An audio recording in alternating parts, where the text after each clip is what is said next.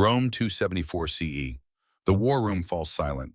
Emperor Aurelian stands over a massive table, his weathered hands gripping its edges. At 60 years old, every scar on his face tells a story of survival. The map before him shows an empire bleeding from 1,000 cuts. But one wound bleeds deepest. A red line traces from Egypt through Syria to Anatolia. Palmyra, the desert kingdom that dared to challenge Rome. She controls the grain, Aurelian says, his voice like gravel. His generals lean closer. Egypt feeds a third of Rome. Without it, the city starves in 3 months. His finger moves north along the trade routes. She controls Anatolia. No silk, no spices, no Eastern trade. He pauses, letting the weight settle. This woman, this desert queen, has checkmated me economically. The generals exchange glances. One of them, Marcus Aurelius Probus, clears his throat. Emperor, we could march east. 3 legions would crush Palmyra in weeks. Aurelian shakes his head slowly. The movement carries the weight of decades spent in Roman politics. You think like a soldier, Probus. I need you to think like an emperor. He taps the map. Every legion costs 1,000,000 denarii a year. March 3 legions across 1,000 miles of desert. By the time we reach Palmyra, we've spent enough gold to buy 10 kingdoms. He straightens his eyes hard. War is expensive. Fear is cheap. Another general speaks up. What do you propose? We don't just defeat her. Aurelian's voice drops. We study her. We learn what she values. Then we take it from her in front of the entire world. He looks at each man in turn. The question isn't how do we beat Zenobia? The question is, how do we make sure no one ever tries what she tried again? The room absorbs this. Outside Rome continues its daily chaos, unaware that in this room, the fate of an empire is being calculated like a mathematical equation. She made one critical error, Aurelian continues. She forgot that Rome doesn't just win battles. Rome wins minds. Let me take you back, 6 years earlier, to understand how a woman came to hold Rome's throat in her grip. Palmyra, 267 CE. The desert city gleams like a jewel in an ocean of sand. Zenobia stands on the palace balcony as the sun sets over the colonnade. She is 33 years old. Her dark eyes scan the horizon, always calculating, always planning. Below her, the city bustles with merchants from a dozen nations. Persian, Indian, Roman, Egyptian. They all come to Palmyra because Palmyra sits at the crossroads of the world. Behind her, advisors argue in hushed tones. She doesn't turn around. She already knows what they're saying. Her husband is dead. Odenathus, governor of Syria for Rome, assassinated 3 months ago. Murdered while hunting. The official story says bandits. Everyone knows better. Now these men want to know what happens next. Does Palmyra remain loyal to Rome? Does it seek Persian protection? Does it stand alone? Zenobia makes them wait. Let them sweat. Let them wonder. A leader who appears uncertain is a leader who invites challenge. Finally, she turns. 5 men stand before her. Generals, merchants, priests. Each represents a faction that could make or break her rule. My son is 10 years old, she says in perfect Latin. Then she switches to Greek. Too young to rule. Aramaic next, but old enough to learn. Then Arabic, and I am his mother. Finally Egyptian, which makes me regent until he comes of age. The men stare. Most rulers struggle with 2 languages. She speaks 5 fluently. It's a power move and they know it. She can negotiate with anyone anywhere without translators, without intermediaries, without anyone filtering her words. The eldest general Zabdas steps forward. He's 60, built like a bull, commands 30,000 cavalry. The question, my queen, is not whether you can speak to Rome. It's whether Rome will listen. Zenobia smiles. It doesn't reach her eyes. Rome is distracted. 5 emperors in 20 years. Plague, Persian wars, Germanic invasions. She walks to a table where a map mirrors Aurelian's in Rome 6 years in the future. When your enemy is drowning, you don't throw them a rope. You take their boat. You speak of rebellion, another advisor hisses. I speak of opportunity. Her finger traces the Nile. Egypt, Roman garrison of 15,000, half sick with fever. The commander, Marcus Aurelius Probus, hasn't been paid in 6 months. She looks up. What would you do if someone offered you 50,000 denarii to look the other way? Zabdas's eyes widen. You bribed a Roman commander. I negotiated a business arrangement. He gets rich. We get Egypt. Rome gets to avoid a war it can't afford. She moves her finger north. Anatolia next. Not through conquest, through marriages, alliances, treaties. Her hand sweeps across the eastern Mediterranean. Within 3 years, we control every trade route from India to Rome, every grain ship, every silk caravan, every spice merchant. And when Rome notices, the priest asks quietly, they already have. But here's what they're calculating right now. Zenobia's voice is cold precise. Cost of war versus cost of negotiation. As long as I keep sending grain to Rome, among mine as I acknowledge their authority on paper, they'll accept the reality that I control the East. She pauses.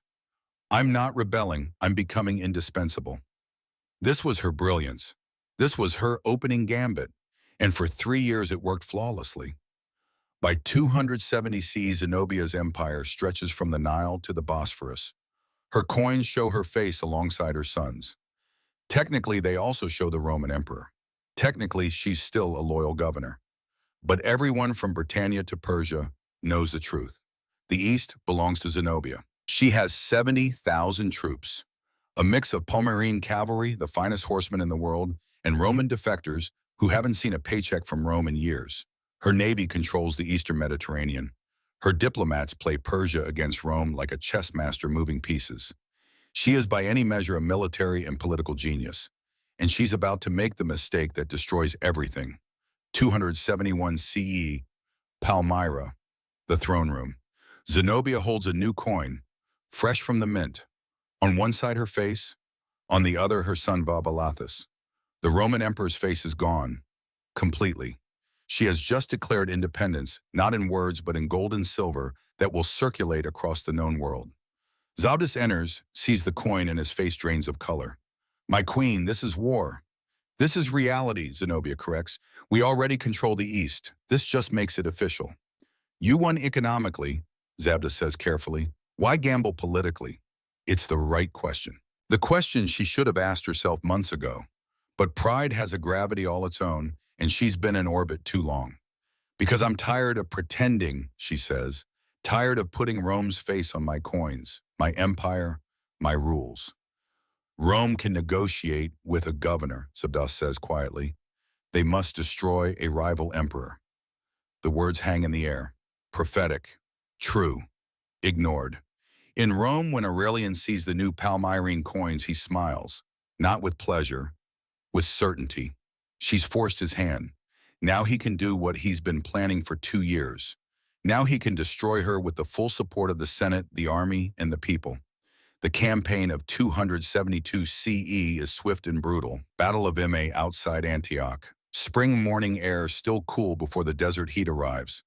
Zenobia's 70,000 face, Aurelian's 50,000. On paper, she has the advantage. In reality, she's walking into a trap that Roman generals have perfected over centuries. Her cavalry charges. Palmyrene horsemen, the best in the world, thundering across the plain in a cloud of dust and fury. The Roman cavalry turns and runs, flees, breaks formation. It's the oldest trick in the book. The feigned retreat. Hannibal used it at Cannae. Julius Caesar used it in Gaul. Every Roman general learns it in training. Zenobia's cavalry pursues. Of course they do. They're winning. They chase the fleeing Romans for 3 miles formations, breaking apart discipline, dissolving in the thrill of victory. Then Roman infantry appears from the hills, fresh, rested, in perfect formation. They hit the scattered Palmyrene cavalry from 3 sides. It's not a battle anymore. It's a slaughter.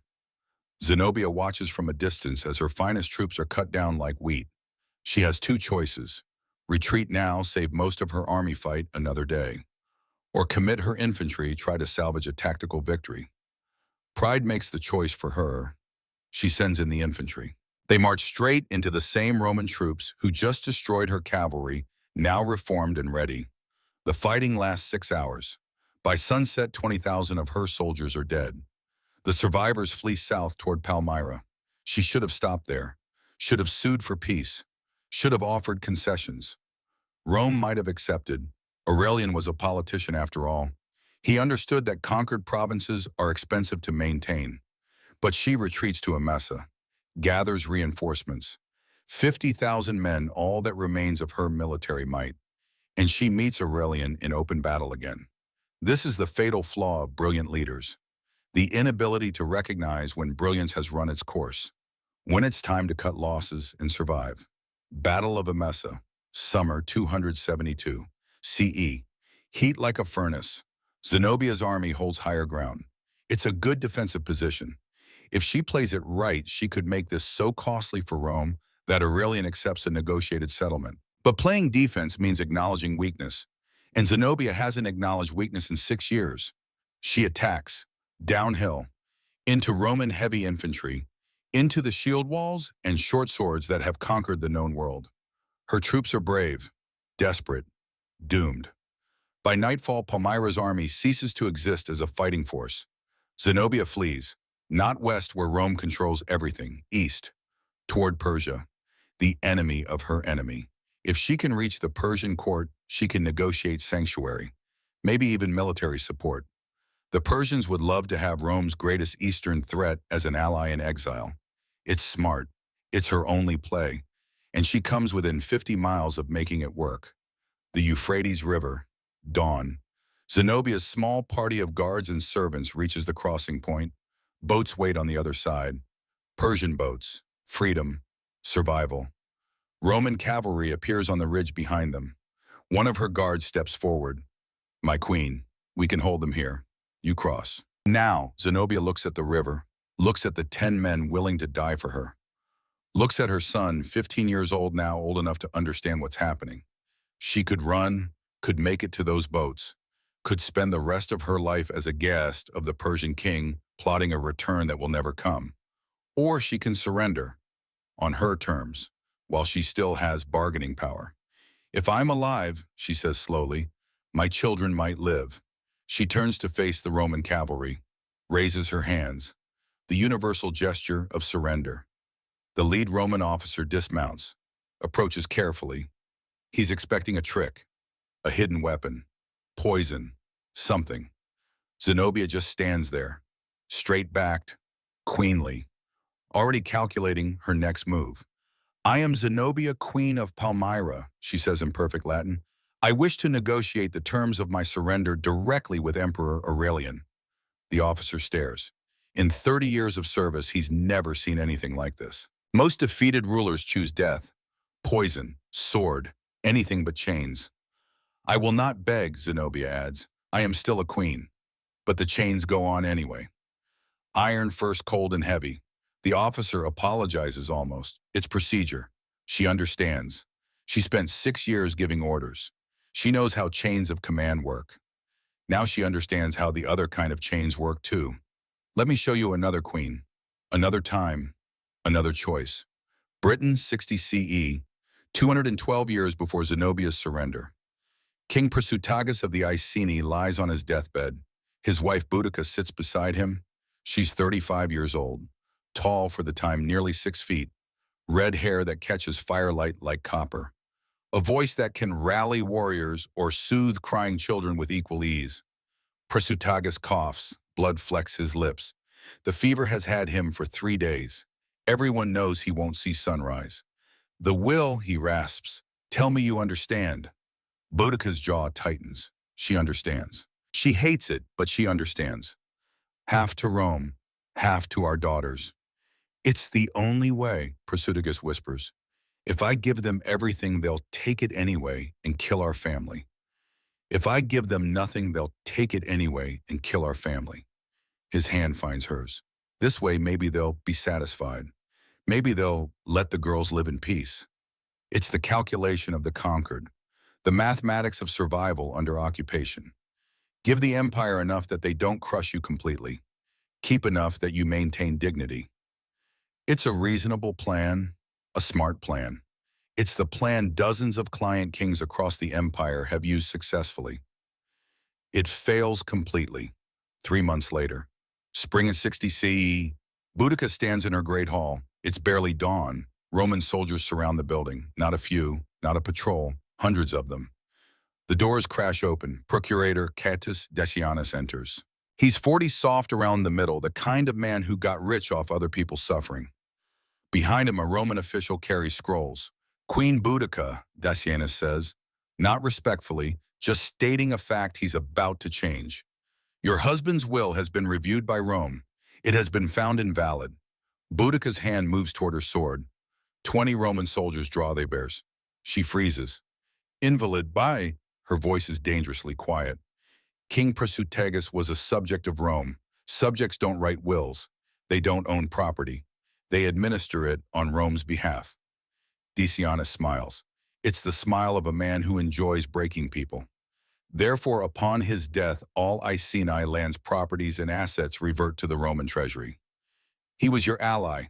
He fought beside your legions against the Catuvellauni. Roman generals dined at his table. And Rome is grateful. That's why we're handling this civilly. Decianus nods to his soldiers. Inventory everything. Prepare it for transport to Londinium. Boudica steps forward. You cannot do this. We have a treaty. We have a dead client king and a province in debt.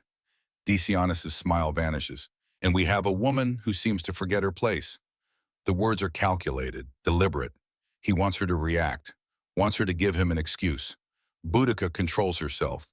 Barely. I demand to speak with Governor Suetonius. This is not Roman law. This is theft. Decianus turns to his soldiers. The queen wishes to speak with the governor. She seems confused about the chain of command. Perhaps we should clarify it for her. What happens next is not spontaneous. It's not soldiers getting out of hand. It's policy. It's a message sent with brutal clarity. They drag Boudica outside, in front of her people, her nobles, her warriors, everyone who ever looked to her for protection. They tie her to a post in the village square. The whip is leather-braided, designed to maximize pain without killing. In front of the Iceni people, in front of their mother still bleeding from the whipping post. It's not random violence. It's calculated degradation designed to break the royal family and demonstrate Roman dominance, symbolically breaking the royal bloodline, destroying any mystique of untouchable nobility, sending the message we can do anything to anyone. The soldiers laugh while they do it, joke about it after.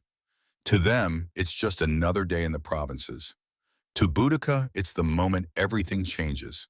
That night, as healers tend her wounds, as her daughters lie silent and traumatized in the next room, Boudica makes her choice. Different from Zenobia's choice. Opposite of Zenobia's calculation. Not survival, not negotiation, not waiting for a better opportunity. Revenge. Pure. Total. Absolute. 2 weeks later, she sends word to every Iceni village, to the Trinovantes tribe, to the Catuvellauni, to everyone who's ever suffered under Roman occupation. The message is simple: rise.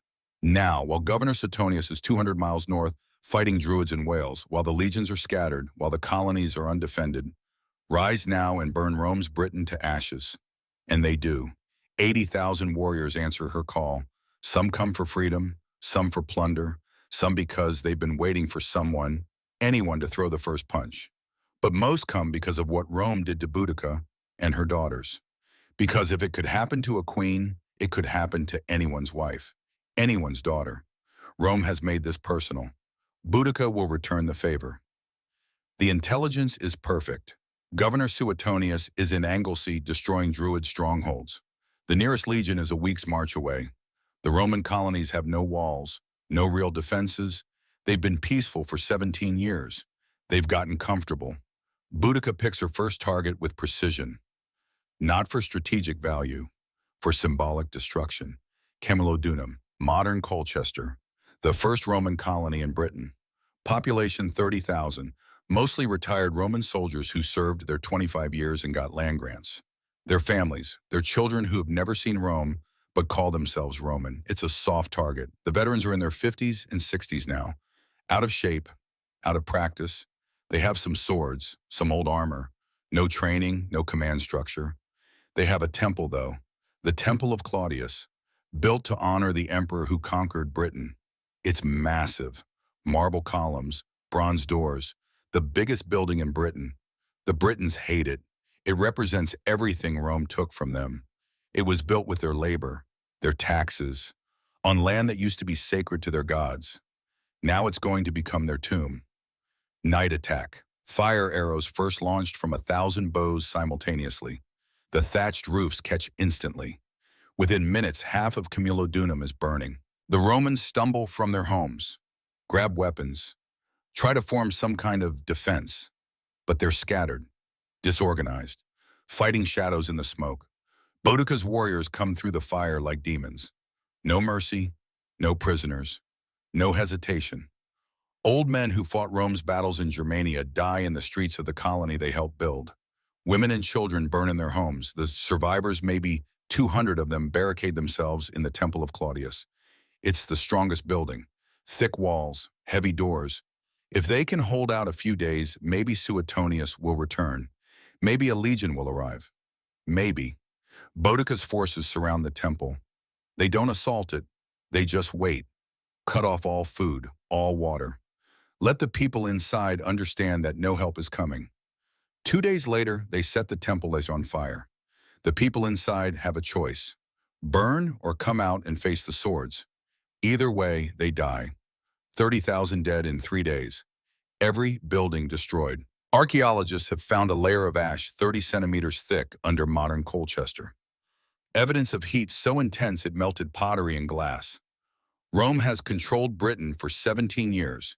In 72 hours, Boudica erases every trace of Roman presence in their first colony. And she's just getting started. Word reaches Governor Suetonius in Wales. He's 200 miles away with 10,000 troops. The nearest legion, the Second Augusta, is in the southwest. Another 2 legions are in the north. Suetonius makes his calculation.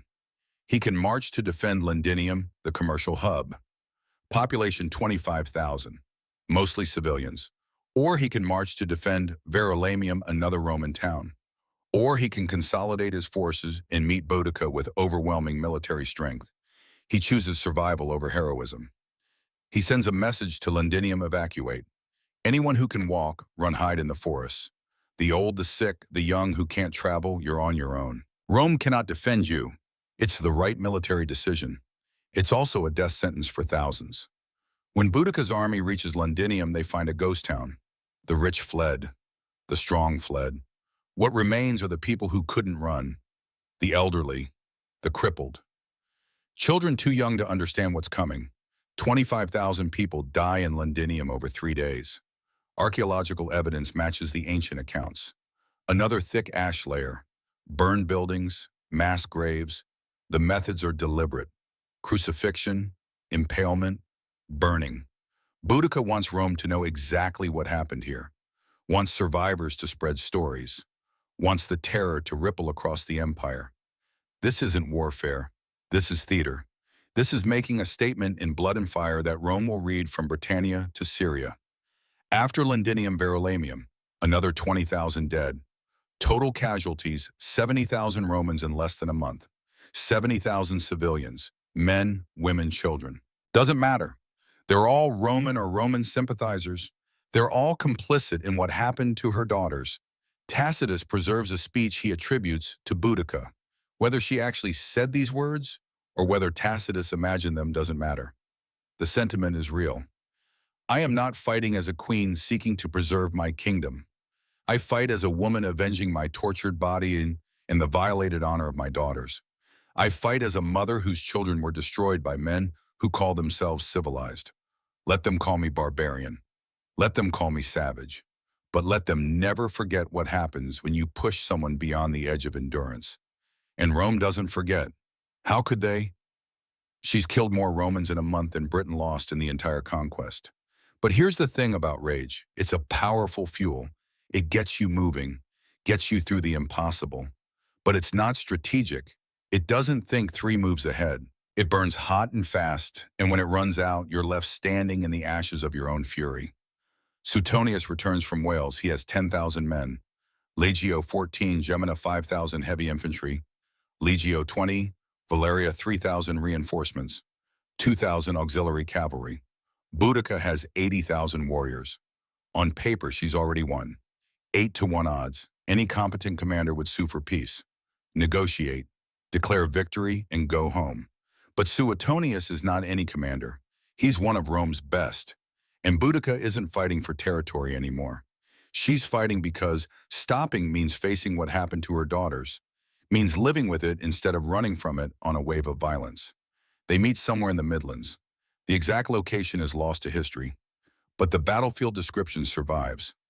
Narrow valley, forest on both sides, a natural funnel that turns Boudica's numerical advantage into a tactical nightmare. Boudica makes another mistake. She brings the families. Wagons full of women and children and old people ready to watch the final victory, ready to celebrate when Rome is driven from Britain forever. They position the wagons behind the British army, blocking the retreat route. It's a statement of confidence. We won't need to retreat. This ends today. Suetonius looks at the battlefield and smiles. He's fought in these conditions before. He knows exactly what's going to happen. The British charge, 80,000 warriors screaming down the valley. It's terrifying. It's overwhelming. It should work. The Romans form a wedge, a cuneus they call it, designed to split enemy formations. The front ranks lock shields. The second rank holds pila 7-foot javelins. First contact, the British warriors hit the Roman shield wall like a wave hitting a cliff. The front rank of Romans doesn't break. They're drilled for this. They've practiced this formation 1,000 times. The second rank throws pila over the shields. The javelins arc down into the British warriors. Each javelin weighs 6 pounds. Thrown from close range, it punches through shields, through armor, through bodies. The front British ranks fall. The ones behind push forward. They can't stop. 80,000 people in a narrow valley means the back ranks don't even know what's happening at the front. They just keep pushing. More pila, more bodies falling. The British dead start to pile up. Warriors trip over corpses. The formation fractures. Roman infantry advances. Not running, not charging, just walking forward in perfect formation. Shield, step, staring, shield, step, staring, mechanical, efficient, unstoppable. Hours pass. The killing becomes systematic. The British warriors are brave. They're fierce. They're dying 3-1 because courage without discipline is just another word for suicide. By midday, the British front lines break. Warriors try to retreat, but the wagons are behind them. Their own families block the escape route. Panic spreads. The retreat becomes a stampede. Warriors trample their own people trying to flee. Roman cavalry, fresh and waiting, hits the flanks. It's not a battle anymore. It's a slaughter. By sunset, 80,000 British lie dead. 400 Romans, 400 versus 80,000. That's not luck. That's discipline. That's training. That's the Roman military machine doing exactly what it was built to do. Boudica escapes the battlefield with her daughters. They ride hard, north toward tribes that haven't submitted to Rome yet. Maybe they can rebuild. Maybe they can try again. But Boudica knows better. She's seen the Roman machine up close now, seen what happens when courage faces training, when fury faces discipline. That night in a forest somewhere in Britain, Boudica makes her final choice. She has poison, hemlock most likely, fast, relatively painless. The weapon of choice for those who want to die on their own terms. Her daughters are with her. Sources suggest they took poison too, but records are unclear. Maybe they did. Maybe they survived and were captured and enslaved and had their names erased from history. Either way, they disappear from the record after this night. Boudica's final thoughts are not recorded. But we can imagine. Can she see her daughters' faces the moment everything changed? Does she wish she'd made Zenobia's choice, survival over defiance, life over honor? Or does she die knowing she did exactly what needed to be done? That she showed Rome the cost of cruelty? That 70,000 Roman dead is a message that will echo across the empire. The poison works quickly. By dawn, the greatest threat to Roman Britain lies dead in a forest grave that history will never find. 2 queens, 2 choices, 2 centuries apart. Zenobia calculating survival in chains by the Euphrates. Boudica choosing poison over surrender in a British forest. Both brilliant, both fierce. Both made one fatal mistake. Zenobia thought like a queen, not like a general. Gambled politically when she'd already won economically. Boudica thought like a warrior, not like a commander. Let emotion dictate strategy when cold calculation might have won. Rome studied both mistakes, learned from them, turned their choices into weapons. Because Rome doesn't just defeat enemies on the battlefield. Rome defeats them in the mind, in the spirit, in the collective memory of every nation that thinks about resisting. Two queens made their choices. Now Rome would make sure the entire world knew the price of those choices. The machinery of imperial psychology was about to demonstrate its most terrifying power. Not the power to kill. Any empire can kill. The power to transform defeat into a spectacle, to turn human suffering into political theater, to broadcast one woman's humiliation across 1,000 miles and make it serve as warning for 1,000 years. Emperor Aurelian was about to teach the world a lesson, and Zenobia, still calculating in her chains, was about to become the classroom. 2 years pass. Zenobia sits in a villa outside Rome. Not a prison, not technically. Villa Publica, they call it. Public house. The place where foreign dignitaries stay while Rome decides what to do with them. The place where defeated enemies wait to learn if they'll be executed, enslaved, or turned into propaganda tools. The villa is beautiful. Marble floors, frescoed walls, gardens with fountains. A golden cage is still a cage, but at least the bars are pretty. Every day tutors come. Latin instructors, protocol experts, Roman historians. They're preparing her for what they won't say. But Zenobia can guess. She spent 6 years ruling an empire. She understands theater, understands how power communicates itself. Rome is going to make an example of her. The only question is how. Morning 274 CE, 2 years after her capture. The door to her chamber opens. Not a servant, a Roman official in full regalia. Queen Zenobia, the Senate has approved Emperor Aurelian's petition. You will participate in his triumph 10 days from now. Participate. Such a gentle word for what's about to happen. Will I be executed? She asked it calmly. Needs to know, needs to plan. The official hesitates. That decision rests with the emperor. Then softer, almost sympathetic. Prepare yourself, my lady. 10 days is not much time. After he leaves, Zenobia sits in silence. 10 days to prepare for either death or something worse. She's seen triumphs before. Palmyra hosted Roman generals who'd conquered Armenia, Mesopotamia, Arabia. She knows what happens to captured rulers in these parades. Most are executed at the end, strangled in the Tullianum prison while the city celebrates. Clean, quick, merciful in its way. But some survive. Some are kept alive, turned into curiosities. Living proof of Rome's mercy. Walking advertisement is for the wisdom of submission. Which fate is worse? She has 10 days to decide if she hopes to live or die. In Rome, the preparation is massive. 50 million sesterces, the budget for Aurelian's triumph. Enough money to feed the entire city for 2 months. Why spend so much? Because peace through intimidation costs less than permanent garrisons. Because one spectacular triumph creates more compliance than a dozen military campaigns. Because the money isn't being spent on Aurelian's ego. It's being spent on Rome's security. The planning committee meets daily. Yes, there's a committee. Rome bureaucratizes everything, even spectacle. They plan the route. Campus Martius to the Temple of Jupiter. 4 kilometers, 9 hours of slow marching, 500,000 spectators lining the streets. Every moment choreographed for maximum impact. They plan the procession order, who walks where, what they carry, what they wear. The triumph is a story told in living tableaus, and every detail must serve the narrative. Senate and magistrates first, showing the civil power structure. Then trumpeters, the sound of Roman authority. Then carts loaded with treasure, gold from Palmyra, silver from Egypt, silk from eastern trade routes. Physical proof of what Rome has reconquered. Then the paintings.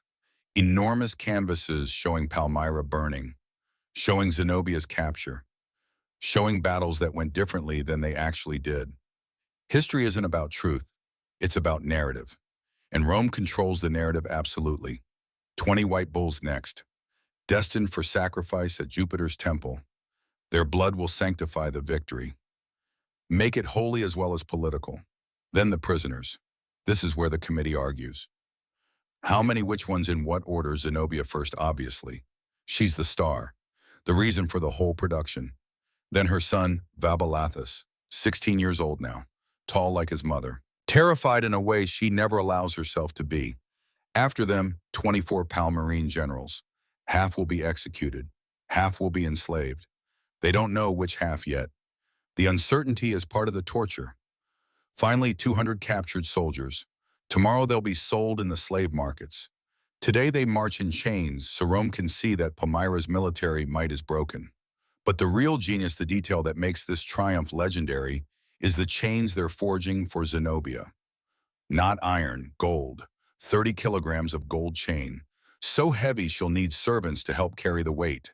So bright it'll catch the sunlight and turn her into a walking, glittering monument to Rome's wealth. The symbolism is perfect. The gold she used to pay her armies. The gold she used to bribe Egyptian commanders. The gold that bought her empire. Now turned into the instrument of her bondage.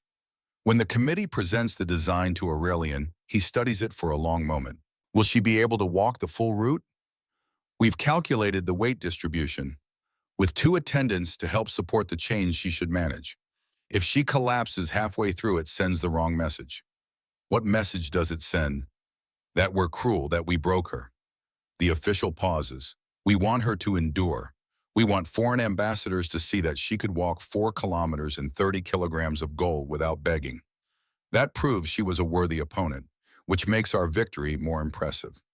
Aurelian nods slowly. And if she refuses, if she collapses deliberately, then we carry her. But I don't think she will. She's proud. That pride will make her walk every step. She'll endure out of spite, and we'll let her because her endurance serves our purpose better than her collapse would. This is the calculation. This is the genius of Roman psychological warfare. They're not trying to break Zenobia. They're using her pride against her, letting her dignity become part of the spectacle. The day arrives. August 274 CE. Rome wakes before dawn. 500,000 people line the streets. Vendors sell food, wine, souvenirs. Children perch on their father's shoulders. Everyone wants to see the desert queen who challenged Rome and lost. In Via Publica, servants help Zenobia dress. They've prepared her costume carefully. Not Roman clothes, not prisoner's rags. Her full royal regalia, crown, jewels, the finest silk from her own trade routes. Again, the symbolism. Look at what she was. Look at what she's become. The contrast is the message. The golden chains go on last. 30 kilograms distributed between her wrists, neck, and ankles. 2 servants, strong men, stand beside her to help bear the weight. Zenobia looks at herself in the polished bronze mirror. Queen of the East, reduced to a parade float. Can you walk? One of the servants asks gently. She takes a step. The chains pull. Her wrists hurt already. 4 kilometers. 9 hours. She's about to find out what endurance really means. I can walk. They lead her to the starting point. Campus Martius, the field of Mars. She can see the procession forming. Senators in togas, musicians with trumpets, carts being loaded with treasure that used to be hers. And there on a golden chariot, Emperor Aurelian himself, 60 years old, scarred, hard, wearing the toga picked up purple embroidered with gold, reserved for triumphs. He looks like a god. That's the point. He sees Zenobia. Their eyes meet. He nods slightly. Not mockery, not cruelty, just acknowledgement. One player to another. You made your move. I made mine. Now we play our parts. The trumpets sound. The procession begins. The first hour is the hardest, not physically, mentally. The reality of what's happening settles in. Every step takes her farther from everything she was. Every step takes her deeper into what she's become. The crowd roars as she appears. 500,000 voices rising like thunder. Some are jeering, some are cheering. Most are just excited to see something they'll tell their grandchildren about. A child's voice cuts through the noise, high and clear. Mother, why is she wearing a crown? A woman's response. To remember what she lost, darling. 4 words. They hit Zenobia harder than the whip ever hit Boudica. To remember what she lost. That's why they kept her crown. That's why they dressed her in silk instead of rags. so everyone can see the distance she's fallen. Hour 2, Via Sacra, the sacred way, the heart of Roman power. She passes the Senate House, the building where Aurelian petitioned for this triumph, where old men debated whether her life was worth more as a symbol or a sacrifice. The paintings appear, enormous canvases mounted on carts. The first shows the Battle of Agony. But it's wrong. In the painting, Roman cavalry chases fleeing Pomerines. There's no feigned retreat, no tactical genius, just Roman superiority crushing Eastern weakness. The second painting shows Palmyra burning. She's never seen Palmyra burn. Aurelian sacked it after her capture, but she was already gone. Now she's seeing her city's destruction rendered in oil and canvas. Buildings she grew up in, streets she walked, all ash in someone's imagination. The third painting is the cruelest. It shows her kneeling before Aurelian, begging for mercy. She never knelt, never begged. But truth doesn't matter. This painting will be copied, distributed, hung in public buildings across the empire. 1,000 years from now, people will believe she knelt. She wants to scream that it's a lie, that she surrendered standing, that she never begged. But screaming would prove she's broken, so she walks, silent, straight-backed, letting the lies parade past while she maintains the only dignity left to her. Hour 3, the chains are cutting into her wrists now. The servants try to adjust the weight, but there's only so much they can do. 30 kilograms is 30 kilograms. Physics doesn't care about symbolism. Her son walks behind her. She can't see him, but she can hear his chains, lighter than hers. Iron, not gold. He's not important enough for gold. She wonders what he's thinking. He's 16, old enough to understand they're being humiliated. Old enough to hate her for the choices that led here. Too young to understand that every choice was a trap. That winning meant losing differently, not avoiding loss altogether. Hour 4, Roman Forum, the commercial heart of the city. The crowd is thicker here, merchants, shopkeepers, common people who will never see the inside of the Senate House, but who vote with their cheers and jeers. Someone throws a rotten apple. It hits her shoulder, splatters. The crowd laughs.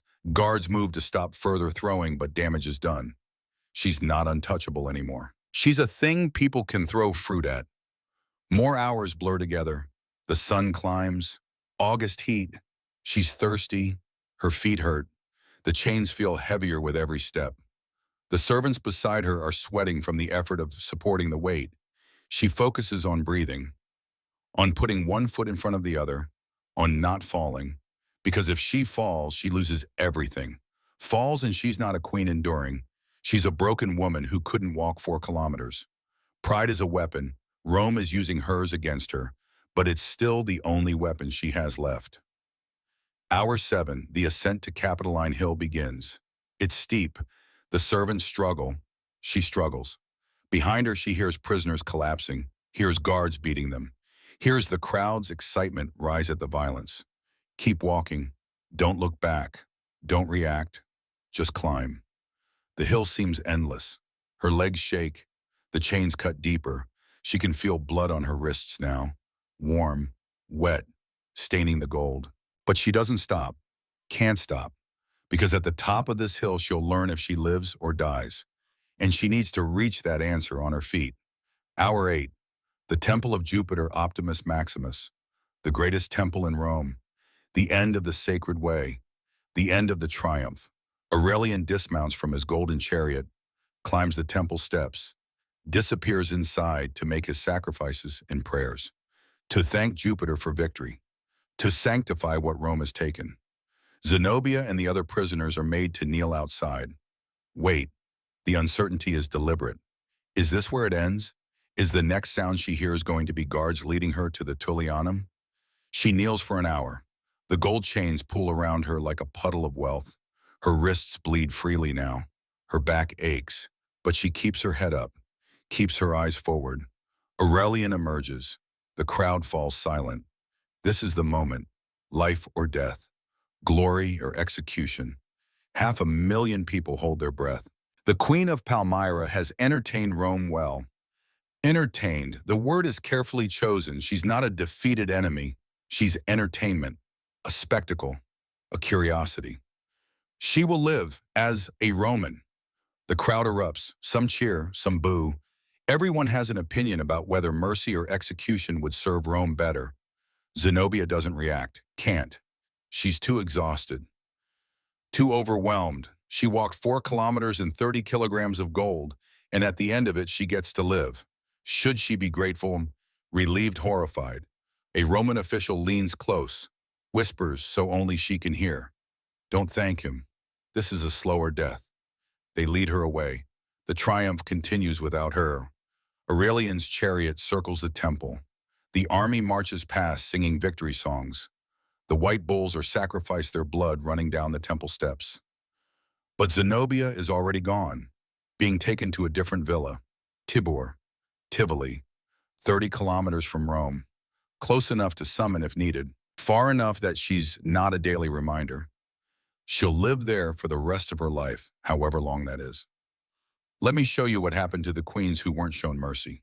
Let me show you the alternative Zenobia escaped, the Tullianum, the Mamertine prison, built into the northeastern slope of Capitoline Hill.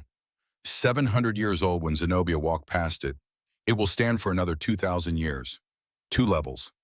The upper chamber, called the carcer, 9 meters by 6 meters, 1 grated window, barely enough light to see.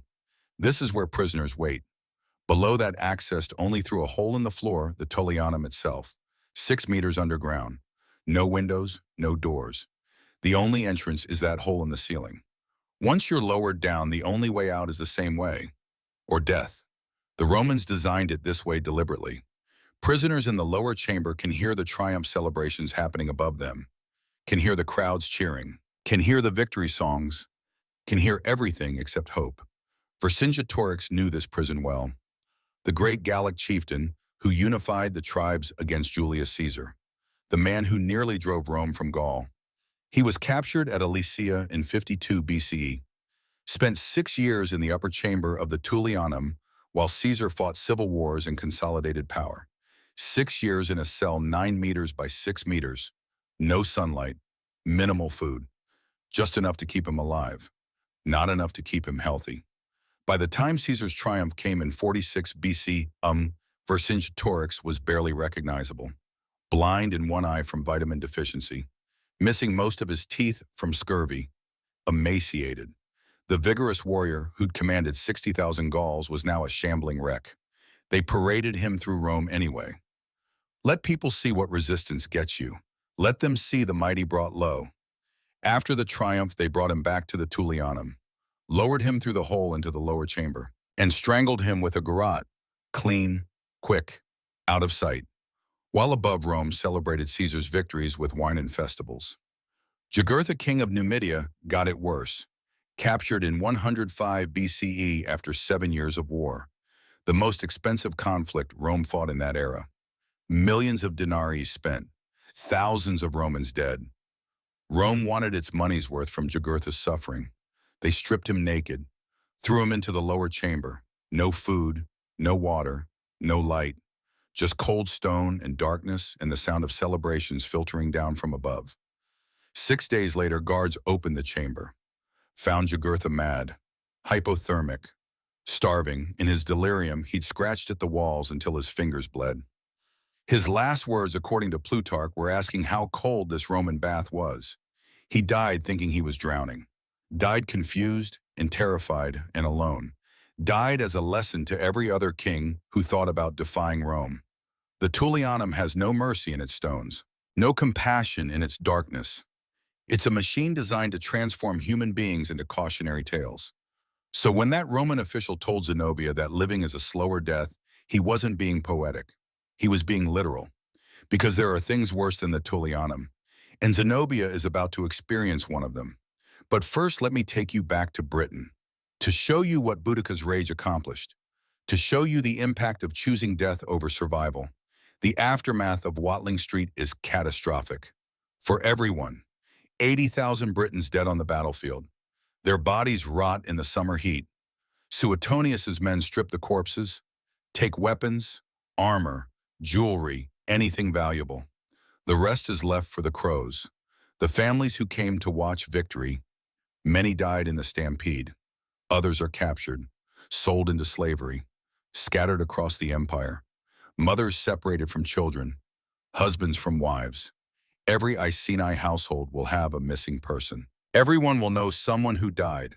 But the British aren't the only ones bleeding. Rome nearly lost Britain. 70,000 civilians dead. 3 cities destroyed.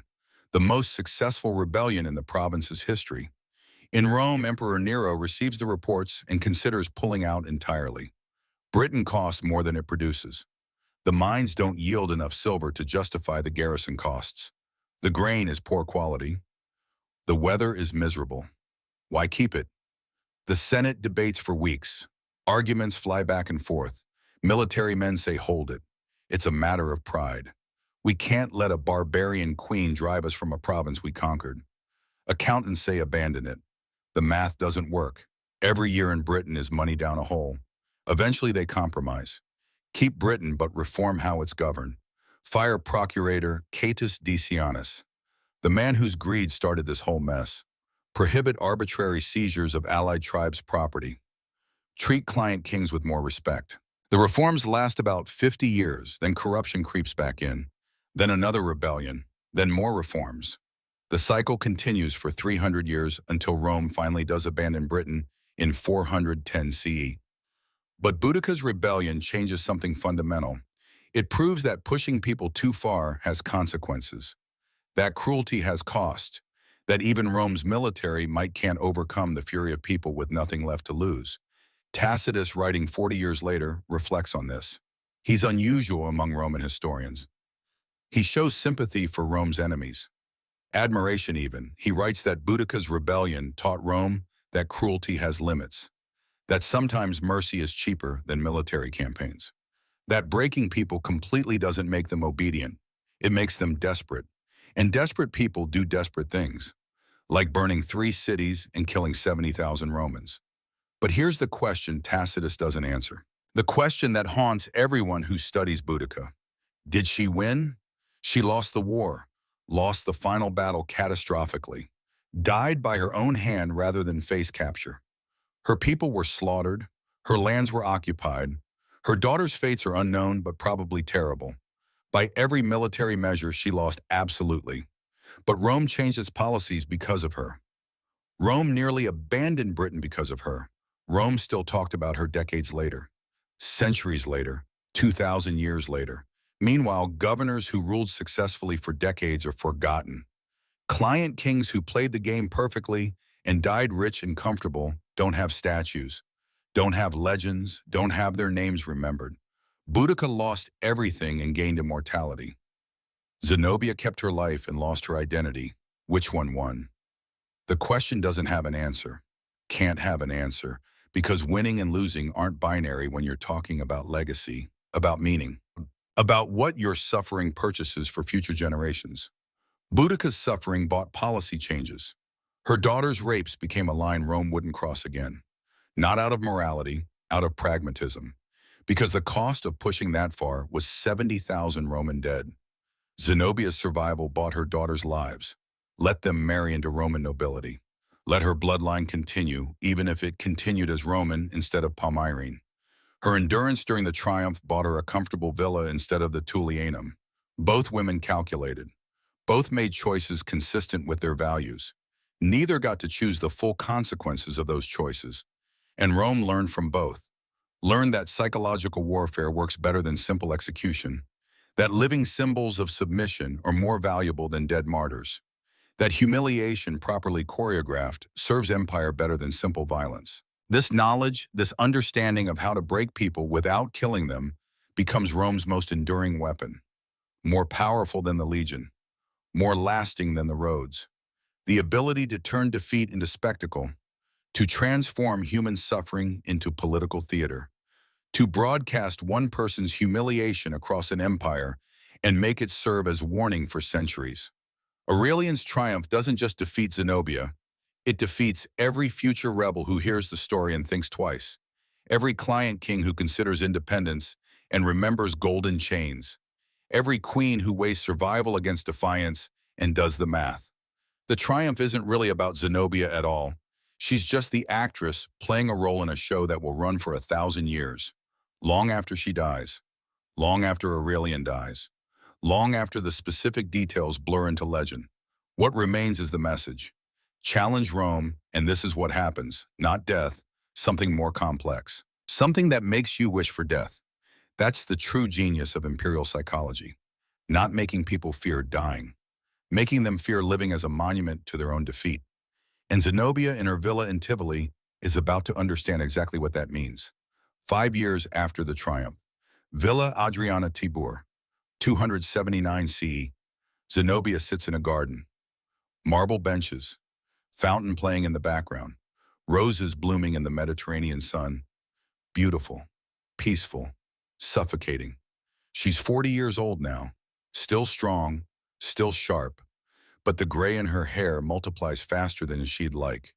The scars on her wrists from the golden chains have faded to white lines, permanent reminders of the day Rome turned her into a walking advertisement for submission. A servant approaches. "My lady the senator has invited you to dinner this evening. His wife specifically requested your presence." Of course she did. Senators' wives love having Zenobia at their parties. The exotic former queen, the curiosity, the conversation piece. They seat her at the head table and pretend it's an honor. Then they ask questions designed to remind everyone what she lost. "Tell us about Palmyra. Was it really as beautiful as they say? What's it like to command an empire? How does it feel to lose everything?" The questions are never hostile, always wrapped in silk, but the blade underneath is sharp enough. Zenobia has learned to smile, to give them what they want, to play her role as the reformed barbarian queen who now appreciates Roman civilization, because the alternative is losing the small freedoms she's managed to preserve. Her daughters are Roman now, fully, completely. The elder married Senator Marcellus 2 years ago, political marriage arranged by Aurelian. She had no choice in the husband, no choice in the timing, no choice in anything except whether to smile at the wedding or weep. She smiled. Of course she smiled, because Roman matrons don't weep at weddings. And she's a Roman matron now. That's the role, that's the price of survival. Her daughter gave birth last year, a son. Zenobia's grandson. He's being raised Roman, speaks only Latin, worships Roman gods, will probably serve in a Roman legion someday. The bloodline continues. But is it still her bloodline if it remembers nothing of Palmyra? Her younger daughter is engaged. Another senator, another political connection. Aurelian's using her family like chess pieces to bind the Eastern aristocracy to Rome. It's brilliant. It's exactly what she would have done in his position. That's the worst part. Understanding the strategy that's destroying her identity, appreciating the genius of it even as it erases everything she was. Her son is gone. Vabilathus. Official records say he died in captivity. Year unknown. Cause unknown. Just gone. Erased. Like he never existed. Zenobia knows what that means. Male heirs are threats. Daughters can be married off and absorbed. Sons might rally resistance. Might become figureheads for rebellion. Better to remove the possibility entirely. She doesn't know when he died. Doesn't know how. Wasn't allowed to grieve publicly. Just woke up one day and he wasn't in the villa anymore and no one would answer her questions, and eventually she stopped asking. That's when she understood. Survival isn't the same as living. The Roman official was right. This is a slower death. Tonight's dinner party is typical. 20 guests, Roman nobility, a Greek philosopher visiting from Athens, an Egyptian merchant who made his fortune supplying Rome's grain, and Zenobia, the token barbarian queen who learned civilization. They seat her between the senator's wife and a young patrician woman who's never seen the East. "Queen Zenobia," the young woman gushes, "I've heard so much about you. Tell me, what was Palmyra really like?" Zenobia takes a sip of wine. It's good wine, Roman, from vineyards in Campania. Not the spiced wine she grew up drinking. That's illegal now. Palmyrene wine is considered inferior. Barbaric, not suitable for civilized palates. Palmyra was a trading city, she says carefully. Beautiful architecture, mix of cultures, Roman, Persian, Arabic, Greek, all living together in relative peace. "But you weren't at peace with Rome," the senator's wife interjects, smiling. always smiling, the blade hidden in silk. I made errors in judgment, Zenobia replies. The scripted answer, the safe answer. I confused independence with wisdom. Emperor Aurelian showed me the difference. The table nods approvingly. This is the correct response. The reformed barbarian acknowledging Roman superiority. Everyone can relax, can enjoy their dinner without the discomfort of the unrepentant defiance. But inside Zenobia is screaming, is remembering the library she built in Palmyra, the scholars she patronized, the translations of Greek philosophy into Aramaic, the schools where children learned mathematics and astronomy and rhetoric. All gone now. Aurelian sacked Palmyra after her capture, destroyed the library, shattered the scholars. The city still exists technically, but it's a shadow, a provincial backwater. Nothing like the jewel of the East it used to be. She's a shadow too, going through the motions of this Roman life, speaking Latin, wearing togas, worshiping gods she doesn't believe in, smiling at parties where people treat her like an exotic pet. The dinner ends. She returns to her villa. The servants bow as she enters. They're respectful, kind even. They have no reason to be cruel. She's harmless now. A defeated queen playing Roman matron. No threat to anyone. She dismisses them, sits alone in her chamber, looks east out the window, toward Syria, toward the desert, toward everything she was. Does she regret it? Regret declaring independence? Regret printing coins without Rome's face on them? Regret the gamble that lost her everything? Some days, yes. Some days she thinks if she'd just been patient, if she'd played the long game, she might have outlived Aurelian, might have seen Rome collapse into civil war again, might have found another window. Other days, no. Other days she remembers riding at the head of 70,000 troops, remembers governors bowing to her, remembers the moment she realized she controlled an empire, and she thinks those years were worth the price. But tonight, alone in her golden cage, she can't decide. Can't know if survival was wisdom or cowardice. Can't know if Boudica's choice was braver or just simpler. All she knows is that she's alive. Her daughters are alive. Her grandchildren will be Roman senators and equestrians. Her bloodline continues. At what cost? At the cost of everything that made it her bloodline. She dies sometime around 279 CE. The exact date is lost. One day she's at a dinner party playing her role. The next she's gone. No triumph, no funeral, no monument, just gone. Erased. Like Vabalathus, like Palmyra, like everything she built. The grandchildren barely remember her. The great-grandchildren don't know she existed. By the 4th century, her descendants are fully Roman. Mention Palmyra, and they might recall some distant connection, exotic ancestry. Nothing important. Zenobia saved them by erasing herself. Is that victory? Is that defeat? The question outlives her by 2,000 years. Let me show you Boudica's opposite fate. Let me show you the power of choosing myth over survival. Victorian England, 1902. They unveil a statue in London. Bronze. Massive. A woman on a chariot. 2 horses rearing.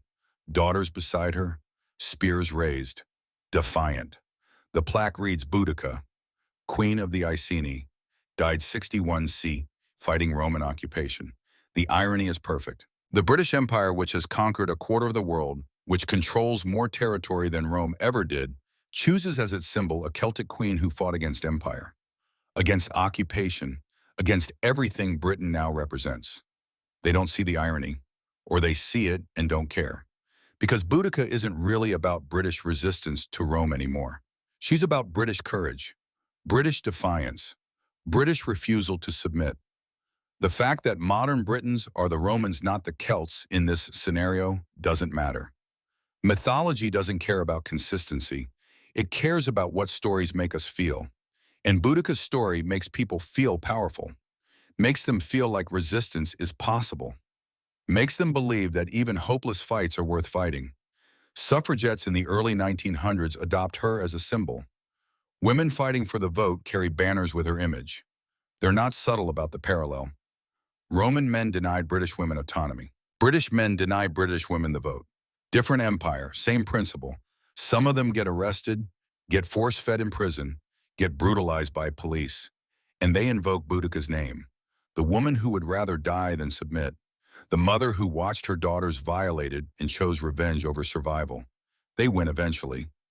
Women get the vote in 1918, then full equality in 1928, and Boudica's statue stands in London the whole time, watching, witnessing, reminding. World War II. Nazi Germany occupies France. Belgium, Netherlands, Poland, half of Europe. Britain stands alone. American help is years away. Soviet help is uncertain. Everything points to inevitable defeat. Churchill gives speeches about fighting on the beaches, never surrendering, keeping the flame of freedom alive, even if the whole continent falls. And people remember Boudica, the queen who fought impossible odds, who burned 3 Roman cities, who came within one battle of driving Rome from Britain entirely. She lost, but she fought, and sometimes fighting is more important than winning. Britain survives, barely, at tremendous cost. And after the war, they talk about the spirit that saved them, the refusal to submit, the Boudica spirit. Again, the irony is thick. Britain just fought to preserve its empire, its colonies, its occupied territories. It fought to keep doing to others what Rome did to Boudica. But mythology doesn't care about irony. Modern day, 2020s, archaeologists still search for the battlefield where Boudica died. Dozens of theories, hundreds of dig sites. No definitive answer. But people care. People fund the research. People write books and make documentaries and create video games. All about a queen who lost a war 2,000 years ago. Meanwhile, client kings who ruled successfully for decades are forgotten. Governors who managed provinces peacefully don't have statues. Roman emperors who brought stability and prosperity are names in history books that nobody reads. Boudica lost everything and gained immortality. How did this happen? How did defeat become more powerful than victory? Because Boudica's story isn't about winning. It's about refusing to accept certain kinds of loss, about drawing lines that can't be crossed, about saying there are things worse than death. And that story resonates across cultures, across centuries, because every generation has its own empire, its own occupation, its own moment when survival requires submission and submission requires destroying something essential. Boudica says no, says death first, says I'd rather burn the world than live in chains. For people facing their own empires, that message has power. More power than cautionary tales about the cost of resistance. More power than examples of successful collaboration. It's not rational. Boudica's choice got 80,000 people killed, got her daughters killed or worse, accomplished nothing strategically. Rome stayed in Britain for 300 more years. But rationality isn't what makes a story immortal. Emotion is. And Boudica's story hits the emotional center of the human experience, the place where we keep our rage at injustice, our refusal to be broken, our willingness to lose everything rather than lose ourselves. That's what Rome never understood. You can defeat armies, you can occupy territory, you can even turn queens into propaganda tools. But you can't kill a story, can't occupy the imagination, can't turn mythology into a client state. Boudica died in a forest somewhere in Britain. Her body was never found. Her grave is unknown. Her daughters' names are lost. Every physical trace of her existence has dissolved into time, but the story remains, grows, transforms, becomes whatever each generation needs it to be. Feminist icon, anti-colonial symbol, representation of maternal fury, example of the price of resistance or the necessity of resistance, depending on who's telling it. Zenobia has statues too, in Syria. Before the Civil War, Damascus Airport was named after her. She appears in Arabic poetry as a symbol of Eastern pride, pre-Islamic strength, the golden age before conquest. But her story is more complicated, less pure. She survived, she collaborated, she watched her children become Roman. She spent 15 years as a living example of the wisdom of submission. That's harder to mythologize, harder to turn into a simple symbol, because survival is messy. Survival requires compromises that make for uncomfortable legends. But maybe that's the more important story, not the clean choice between victory and death, but the murky middle ground where most people actually live, where you survive, where you adapt, where you preserve what you can and mourn what you lose and try to find meaning in the ruins of what you hope for. Both stories are true. Both stories matter. Neither one is more right than the other. They're just different answers to the same impossible question. How do you maintain your humanity when empire gives you only inhumane choices? Let me show you what modern warfare learned from both queens. Let me show you how their choices echo into our present. Geneva Conventions, 1949. The world is rebuilding from the most destructive war in human history. 50 million dead, cities reduced to ash, entire populations displaced, and diplomats from around the world gathered to write rules for the next war. Because there will be a next war. There's always a next war. The question is how to make it less terrible. Article 3 addresses treatment of prisoners, prohibits violence, torture, humiliation, degrading treatment, public display of prisoners for propaganda purposes. Every word in that article exists because of women like Zenobia and Boudica, because of triumphs and public beatings and rape as a weapon of war. Because humanity spent 2,000 years learning that breaking people doesn't create peace. It creates Boudicas. The laws don't always work. Wars since 1949 have violated every prohibition imaginable. But the laws exist. The framework exists. The acknowledgement that some things shouldn't happen, even in war, exists. That's progress. Slow, insufficient, but real. War crimes tribunals, Nuremberg, Tokyo, Yugoslavia, Rwanda. For the first time in history, leaders are held accountable for how they conduct war, not just for losing, for the methods they use to try winning. Sexual violence is prosecuted as a war crime. Rape as a tool of genocide is recognized formally in international law. Boudica's daughters finally get a form of justice, 2,000 years late, but acknowledged. The Rome Statute establishing the International Criminal Court specifically lists public humiliation as a war crime. Trials must be conducted with dignity. Prisoners can't be paraded, can't be displayed, can't be turned into spectacles. Zenobia's triumph becomes illegal under international law, not retroactively, but for future wars, future empires, future people trying to decide between the Tullianum and the golden chains. It's not enough. It will never be enough. But it's something. It's the world slowly learning what Rome knew and weaponized. That psychological warfare can be more devastating than physical violence. That humiliation can break spirits that torture can't touch. That spectacle can serve power more effectively than simple execution. And having learned it, having seen what empire can do with that knowledge, we've tried to create rules against it. Tried to say that some weapons are too terrible to use even when you're losing. Even when using them might win. We're not very good at following these rules. Every conflict reveals new ways to break them, new justifications for old cruelties, new technologies for inflicting ancient pains. But the fact that we feel we need justifications is progress. The fact that violations provoke outrage is progress. The fact that we were just following orders is no longer an acceptable defense is progress bought with the suffering of every Zenobia and Boudica and nameless daughter whose story we'll never know. Let me take you to one final place, to show you how their choices live on, how the question they faced remains unanswered and unanswerable. Mamertine Prison, Rome, present day. You can visit it now. €10, audio guide included. They've installed lights, railings, made it safe for tourists, turned a place of horror into a historical attraction. Thousands visit every year. School groups, historians, tourists following guidebooks. They descend into the lower chamber where Vercingetorix and Jugurtha died, where countless prisoners spent their final hours listening to celebrations above. The stones are still there. Original Roman construction, 2,000 years old. You can touch the walls where prisoners scratched their final messages, can see the hole in the ceiling where they were lowered down. Can imagine the darkness, the cold, the certainty that no one was coming to save you. Some visitors are reverent.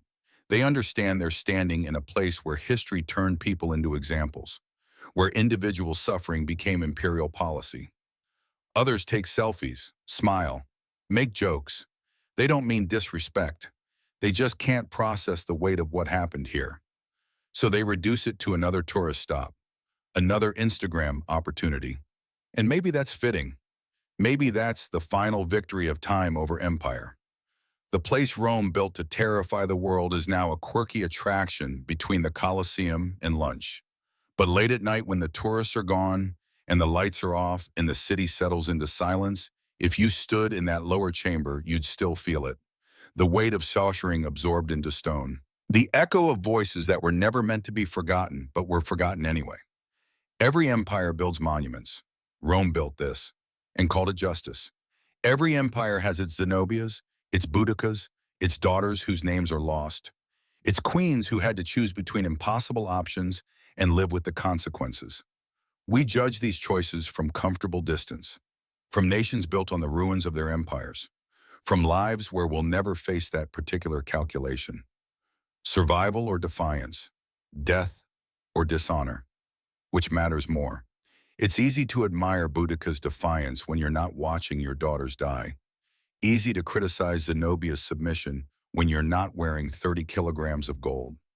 Easy to have opinions about choices you'll never have to make. The truth is simpler and harder than judgment.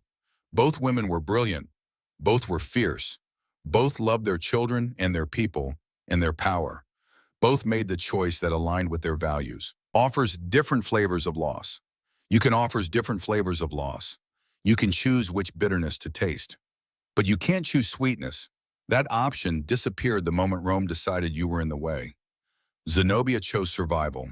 Lived to see her bloodline absorbed into the empire that destroyed her. Lived to hear her grandchildren speak only Latin and worship only Roman gods. Lived to attend dinner parties where she smiled and played her role and died a little more inside every time. Was it worth it? Ask her descendants. If you could find them. If they knew they were descended from the Queen of the East, if that knowledge meant anything to them at all. Boudica chose death, became a legend, became a symbol, became whatever each generation needed her to be, lost her daughters and her people and her life, but kept something Zenobia lost, the right to her own story. The refusal to let Rome write her ending. Was it worth it? Ask the 80,000 dead at Watling Street. Ask her daughters whose names we'll never know. Ask the Iceni people who lived under Roman occupation for 300 more years because their queen's rebellion failed. There's no good answer. There's no right choice. There's just the choice each woman made and the price each woman paid and the echoes that reach us across 2,000 years of people asking the same question. What would you do if empire came for your family, your dignity, your identity? If the only choices were submission or death? If winning was impossible but losing came in different shapes? Would you be Zenobia? Calculate, survive, endure, preserve what fragments you could, and mourn what you lost and hope that somewhere down the line your sacrifice bought something for someone? Or would you be Boudica, burn it all? Take as many of them with you as possible. Die on your feet rather than live on your knees. Let the next generation figure out how to rebuild from ashes. You don't know, can't know, because knowing requires standing in that moment. Until you're already past the point where the distinction matters.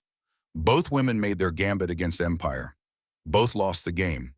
But the game continues. New empires, new queens, impossible choices. And somewhere in Rome, the walls of the Mamertine prisons still stand.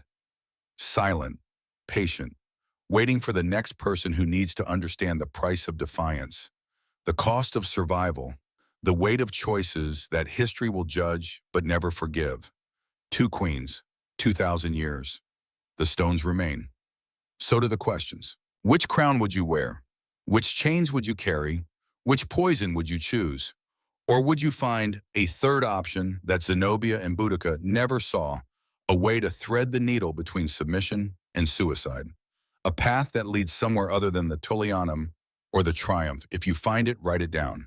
Because the next empire is always coming, and the next queen is always going to need better options than the ones we've offered for 2,000 years. Until then, remember their names: Zenobia, Boudica, and all the daughters whose names we lost. Remember what they chose, what they paid, what they bought with their suffering. Remember that empires fall, all of them, eventually.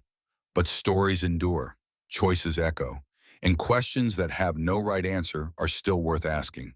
Because maybe the answer isn't in the choice. Maybe it's in the asking. in the refusal to let empire make our impossible choices seem inevitable, in the insistence that there should be better options even when there aren't. Zenobia walked 4 kilometers in golden chains and survived to regret it or treasure it or simply endure it, we'll never know. Boudica burned 3 cities and drank poison and became immortal, or became forgotten, or became whatever we need her to be, which amounts to the same thing. Both of them stood where empire told them to kneel. Both of them made choices with consequences they couldn't control. Both of them echo into our present, asking questions we still can't answer. That's their legacy, not victory, not defeat, just the stubborn insistence that the question matters, that the choice, however impossible, belongs to the person making it. That empire can take everything except the moment when you decide which loss you'll accept and which loss you'll die resisting. The stones of Mamertine remember. The streets of Rome remember. The ash layers under British soil remember, and we remember. We must remember, because their choices were impossible, but they were theirs, and someday the choice might be ours.